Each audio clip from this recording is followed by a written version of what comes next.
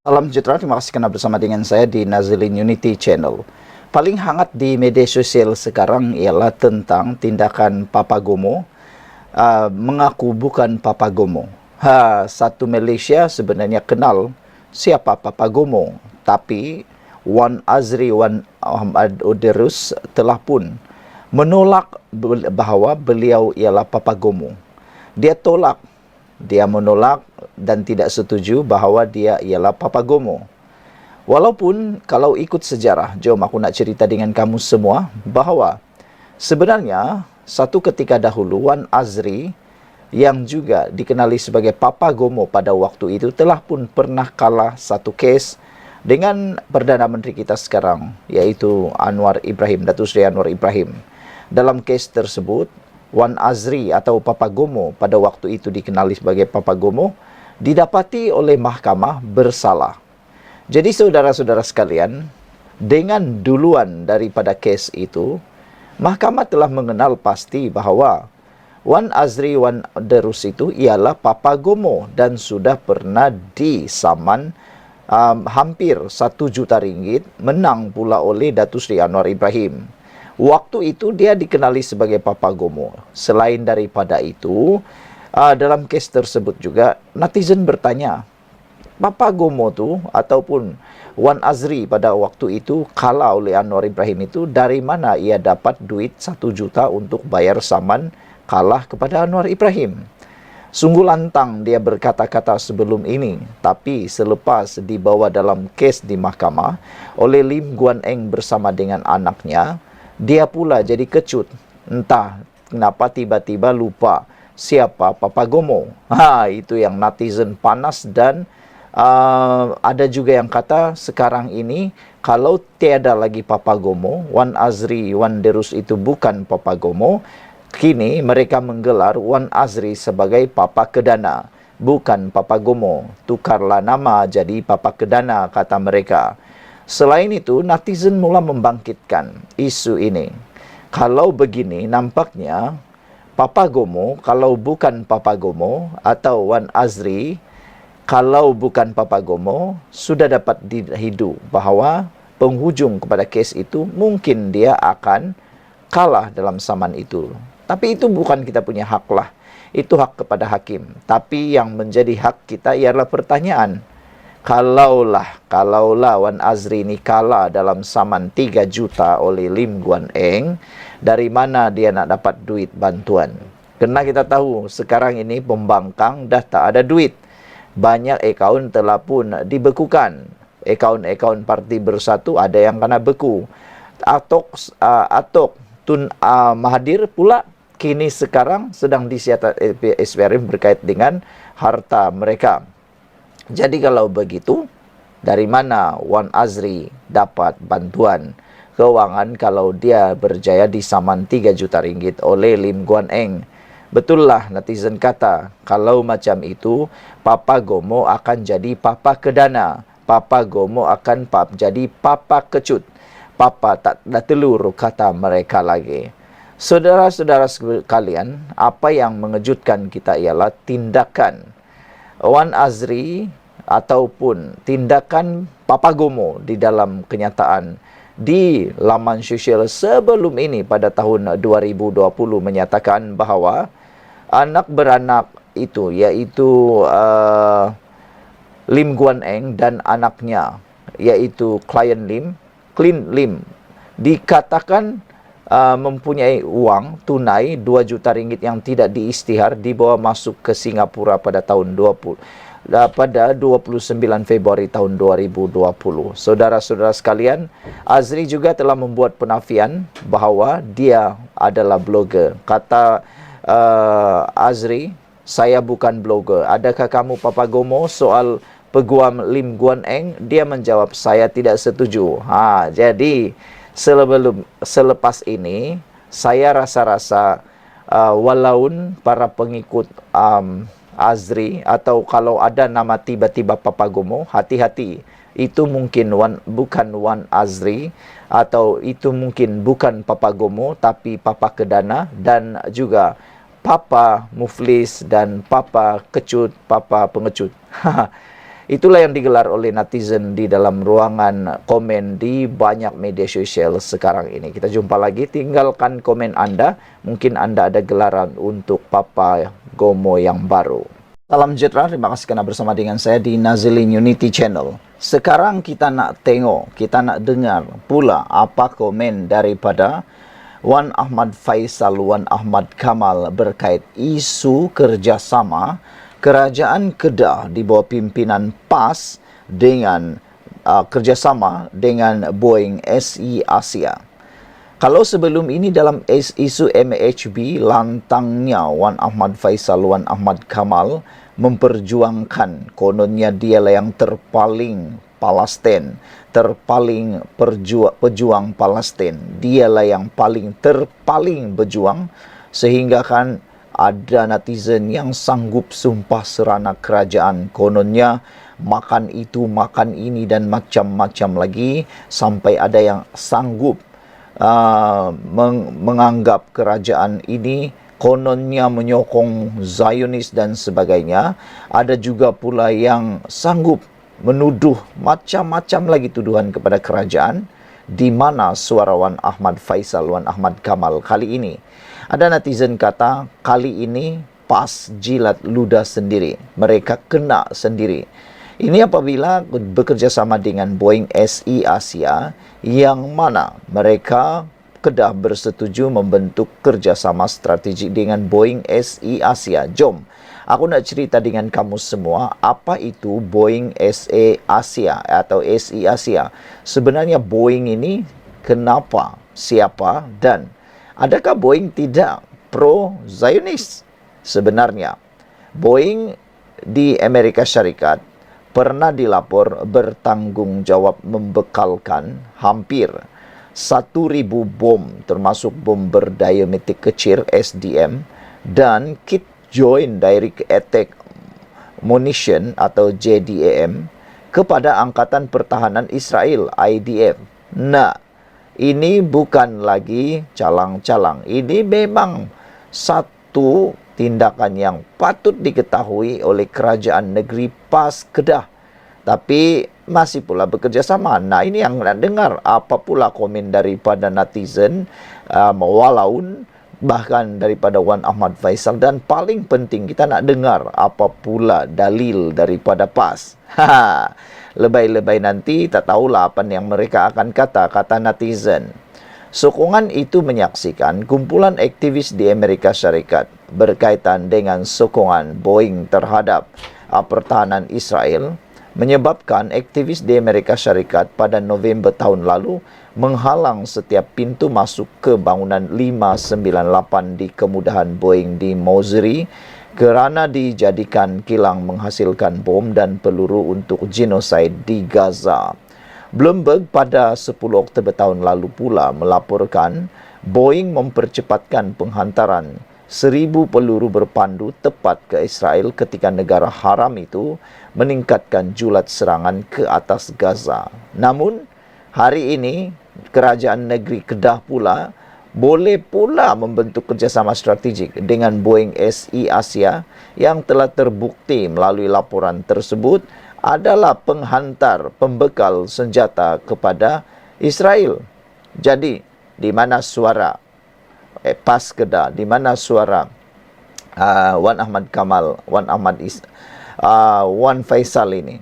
Kalau selama ini dia lantang, jadi sekarang sebenarnya mereka cari masalah sendiri, balas sendiri. Kalau sebelum ini mereka boleh bermain isu MHB di dalam kempen, kali ini nak cakap MHB, kena ingat balik Kedah. Nanti silap sikit, takut-takut kena ludah di muka sendiri. Itulah kan suka meludah orang, akhirnya kena juga ludah sendiri. Kerajaan negeri Kedah boleh pula membentuk kerjasama dengan strategi dengan Boeing SE Asia dengan menerima kunjungan delegasi Boeing SE Asia ke Wisma Darul Aman pada 12 Ogos lalu. Kerajaan negeri Kedah dilapor menawarkan Boeing SE Asia menjadikan Kedah Service Technology Park di Bukit Kayu Utama sebagai hub pembangunan strategi perniagaannya di rantau Asia Tenggara. Hal ini disebut Pengerusi Jawatan Kuasa Industri Pelaburan Pengajian Tinggi Sains dan Teknologi dan Inovasi Negeri, Dr. Haim Hilman menurut laporan Haraka Daily. Rata-rata warganet ya warga maya mempersoal bagaimana tiada pula sempah serana daripada penyokong Perikatan Nasional PN seperti yang berlaku ketika isu penjualan pegangan saham dalam MHB kepada BlackRock. Kalau BlackRock tu labur projek di Kulim International Airport, macam mana ya? Adakah ianya jadi akan halal pula dan tiada isu pula dan tak akan melalak? Wan Faisal, Wan Ahmad Kamal, adakah PAS akan turut melalak? Kata pengguna X @Firad. Ada juga yang kata, Wan Faisal kenapa tiada komen, sumpah serana daripada kamu. Yang lebih lagi, ada yang mengatakan, jangan-jangan doa kunut Nazila baru-baru ini akan makan tuan, kata mereka. Itulah, jangan cuba-cuba nak salahkan orang kalau nanti terkena pula sendiri. Jangan cuba-cuba nak meludah orang, takut-takut tersembur di muka sendiri. Sila tinggalkan komen Anda. Jumpa lagi. Salam sejahtera. Nak tanya kepada Anda sebelum teruskan ulasan kali ini. Anda kenalkah siapa Papagomo? Siapa yang timbul di pemikiran dan ingatan Anda bila saya tanya siapa Papagomo?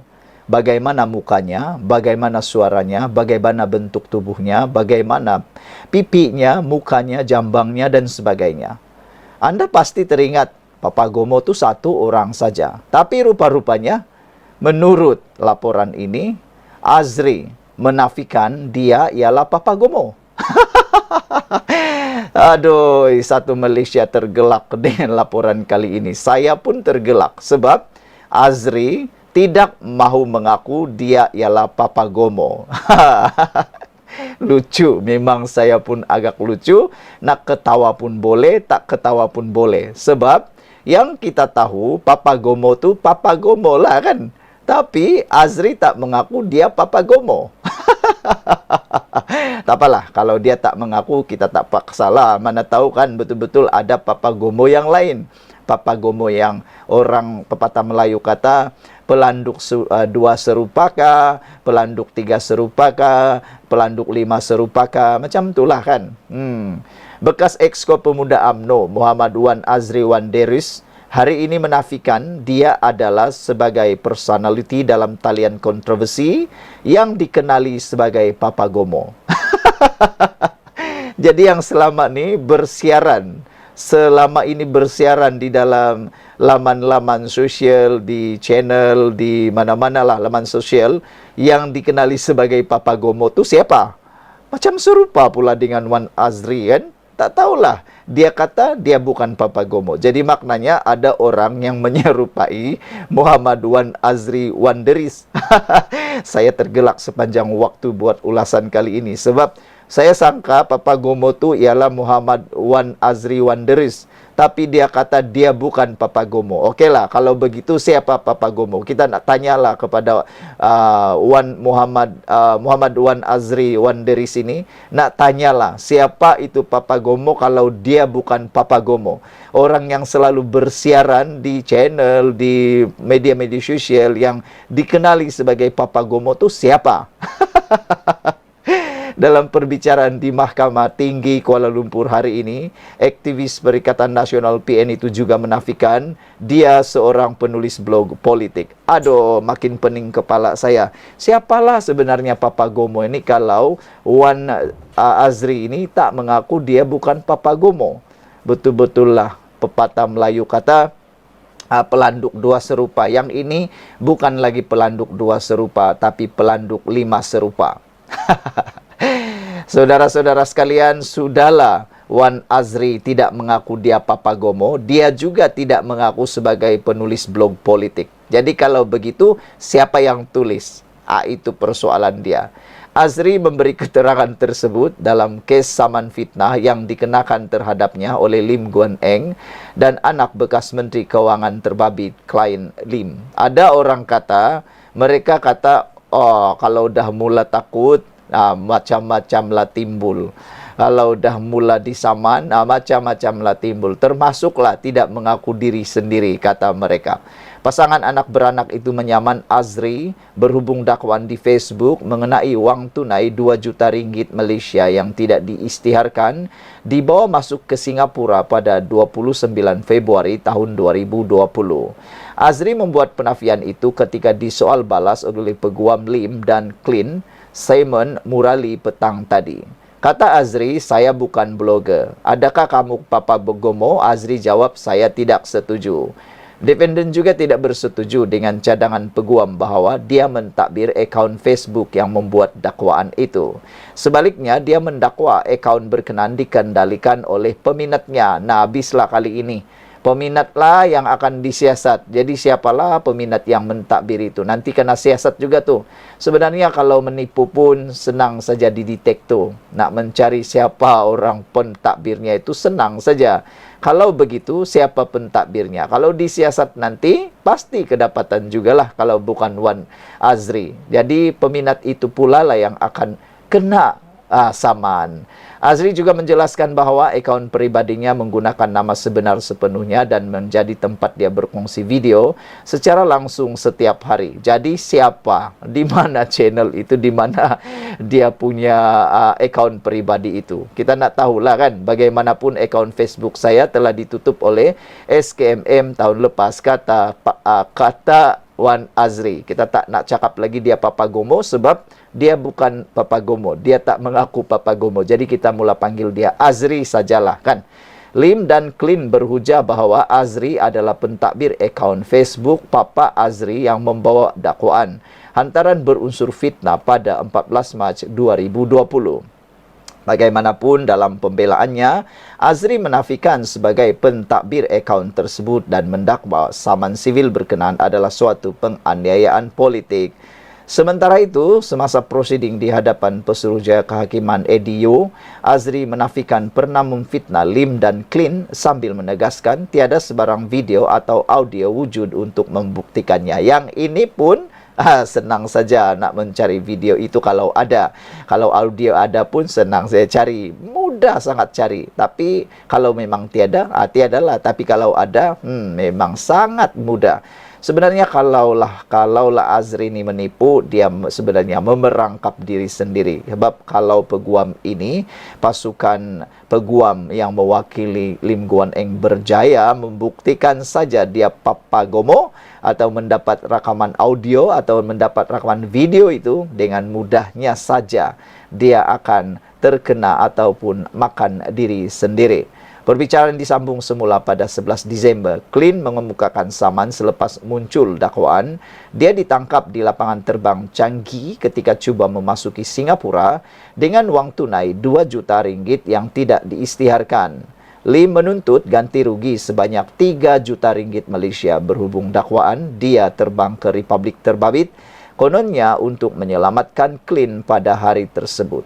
Peguam Simon Murali mewakili Lim dan Clean, manakala Azri diwakili oleh Logan Eskandar Abdullah. Komen daripada netizen berkait isu ini selain daripada saya yang tergelak sepanjang waktu membacakan laporan ini, ada komen ini, iaitu Popol Maus kata, dia ni ada masalah identiti. Dia ni ada masalah identiti. Dah tak kenal diri sendiri. Baik hantar ke wad orang yang hilang identiti ataupun wad orang gila, kata Popol Maus. Black Hawk kata, penafian yang dah basi. Penafian yang sama digunakan semasa perbicaraan kes fitnahnya ke atas Datuk Seri Anwar Ibrahim yang terbukti bahawa Papa Gomo adalah milik si Malaun itu, yang akhirnya dia kalah dan terpaksa membayar hampir 1 juta ringgit Malaysia kepada Datuk Seri Anwar Ibrahim. Rupa-rupanya Papa Gomo pun pernah menggunakan penafian yang sama, tapi terbukti tidak berjaya. Itulah kan, sudah buat baru menafikan diri. Yang saya suka ni Popol Maus kata, dia ni ada masalah identitika, dah tak kenal diri sendiri. Baik hantar ke word, kata Popol Maus. Sekian dulu untuk kali ini, jangan lupa tinggalkan komen anda.